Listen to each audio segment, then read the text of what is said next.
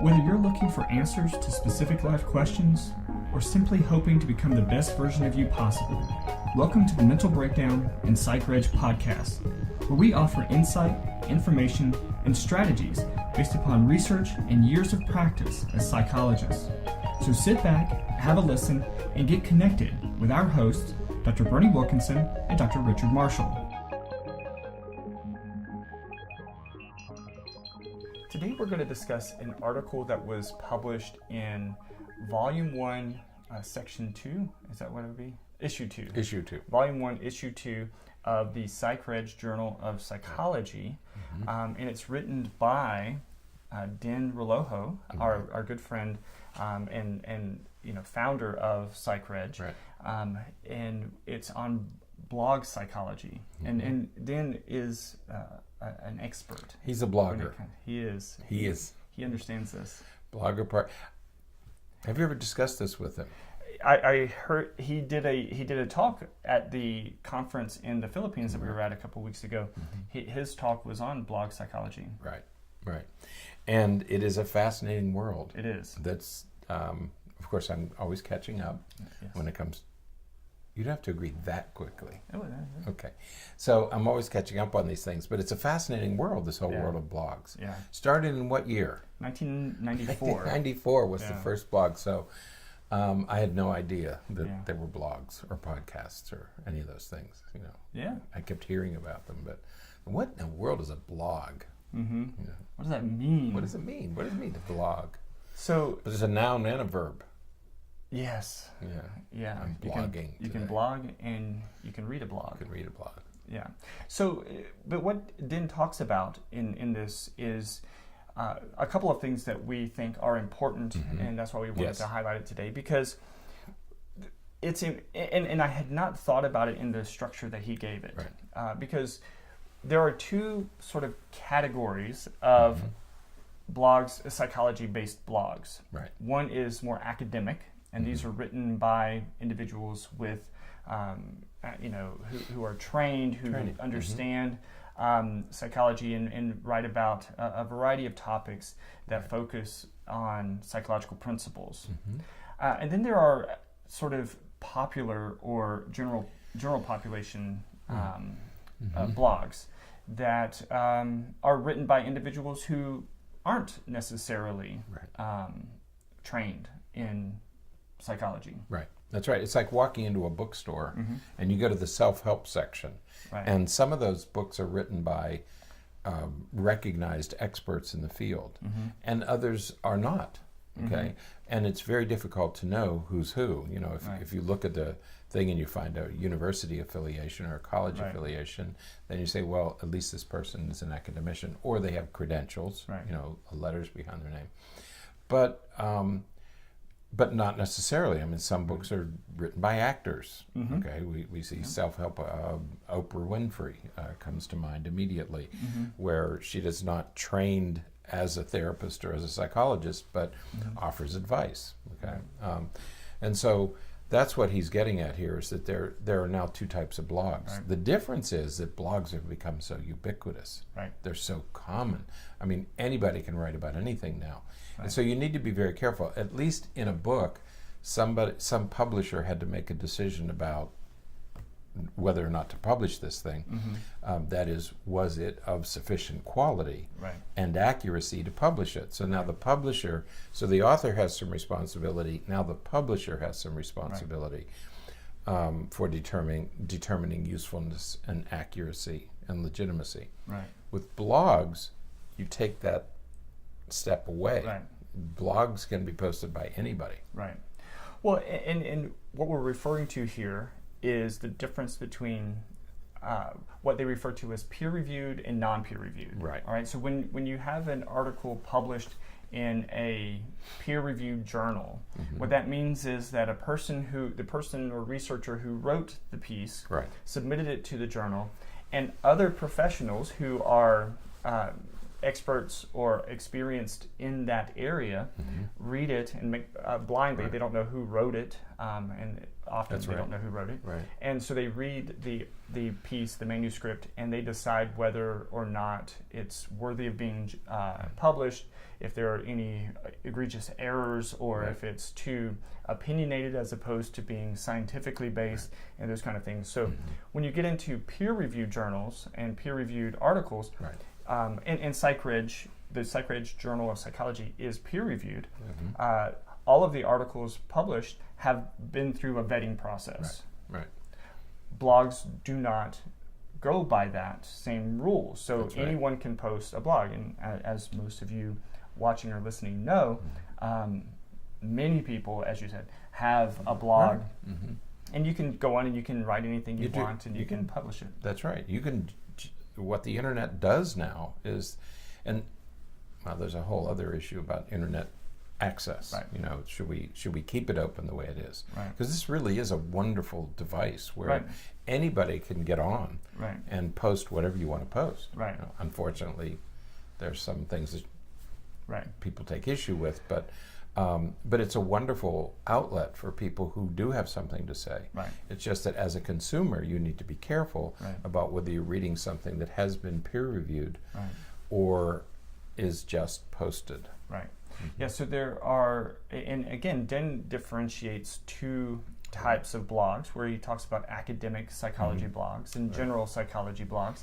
But the important thing to remember, again, is that a blog is a blog. Right. You know, just because it's an academic psychology blog, meaning that it was written by a psychologist or a neuropsychologist or someone who has some expertise in the field, does not necessarily mean that it's peer-reviewed. Doesn't mean that it's free of bias or free of opinion and those kinds of things. It's not necessarily purely scientific. You know, you can find plenty of websites with blogs that are written by physicians or psychologists or psychiatrists or whomever that are make claims and propose things that are not recommended.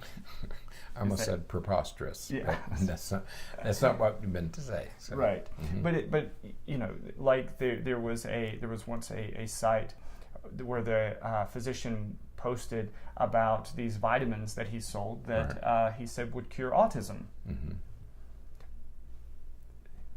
It didn't. No. But it doesn't stop anyone from posting those things and making certain claims, as long as you have the little disclaimer that says it's not approved by the FDA and that it doesn't work for everyone. You can make whatever claims you want. So it's very important that you investigate the information that you're reading, because while blogs are fantastic, and we read a lot of blogs and we read through a lot of things that people put out there, some of it is good. And some of it's not. Some of it is not so good. Right, because it is biased, and there are particular motives and missions for the author to write what they write. So, and to his credit, he lists these popular blogs. Right. Okay? Yeah. And probably they're pretty reputable, I think, in this first list. Yeah. Psychology Today and the American Psych. He lists some popular academic psychology journals or blogs and some general psychology blogs. Right.